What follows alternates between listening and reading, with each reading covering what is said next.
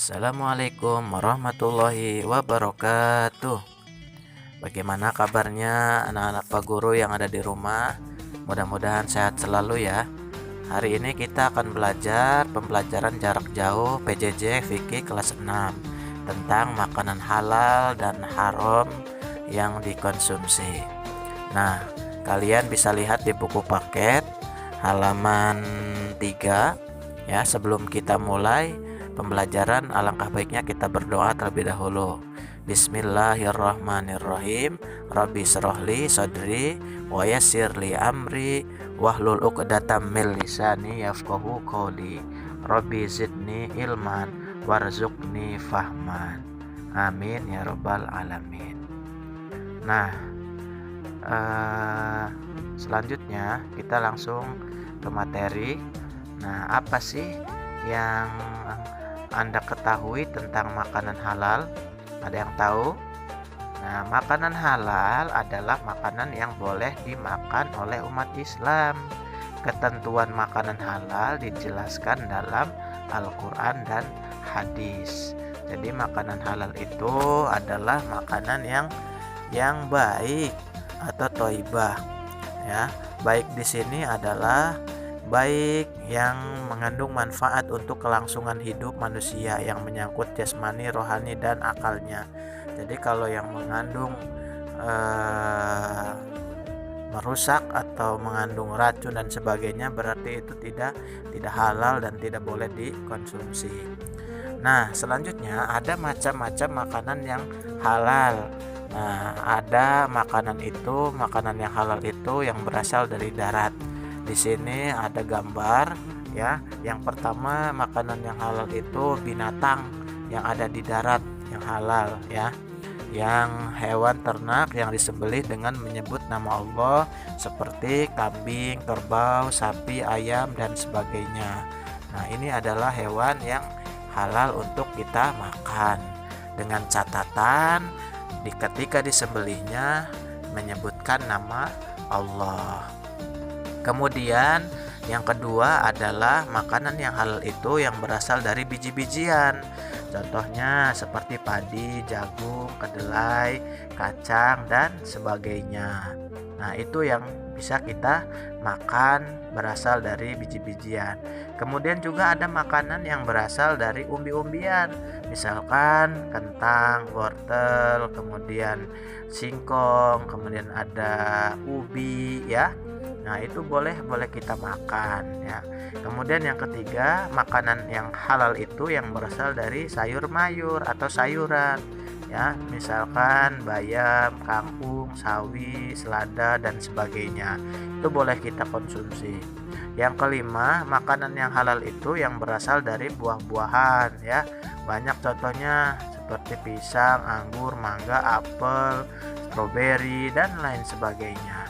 Nah, itu semua adalah makanan yang berasal dari darat.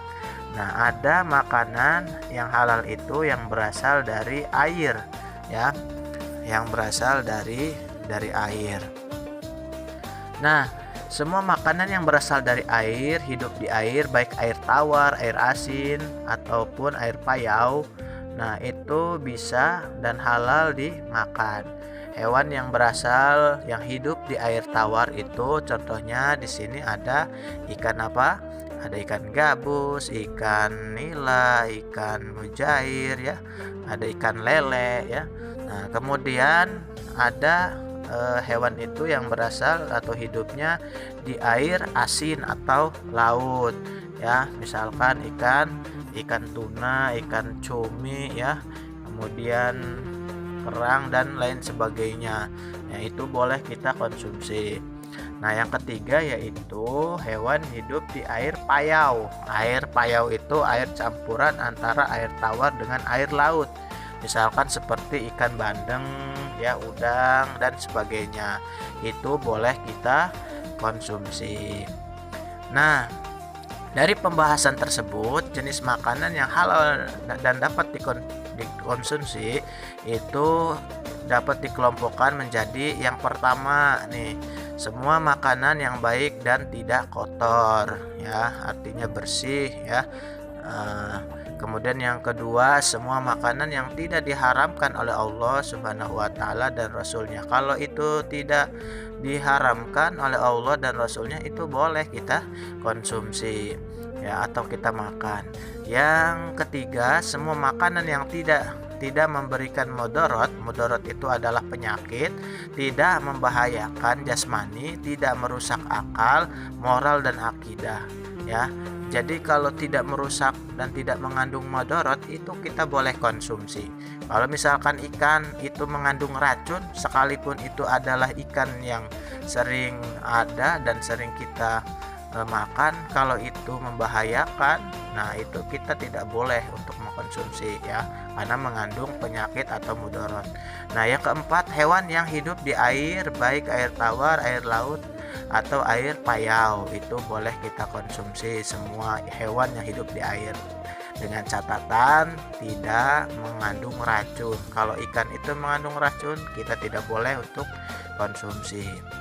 Nah kemudian kita lanjut, makanan haram.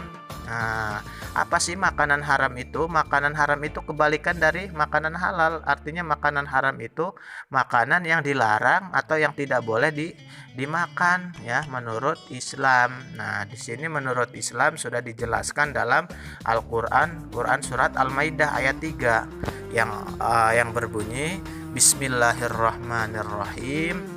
Hurrimat 'alaikumul maitatu waddamu wa lahmul khinziri wa ma uhilla li ghairillahi bihi wal munkhaniqatu wal mawqudatu wal mutaradiyatu wan natihatu wa ma akala subu illa ma zakaitum wa ma dzubiha 'alan nusubi wa an tastasqimu bil azlam.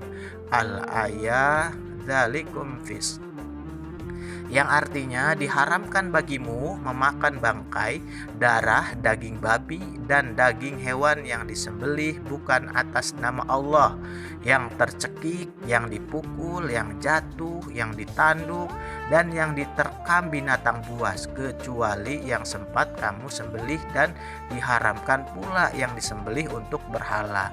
Dan diharamkan pula mengundi nasib dengan azlam, anak panah, karena itu suatu perbuatan fasik. Fasik itu yang merusak.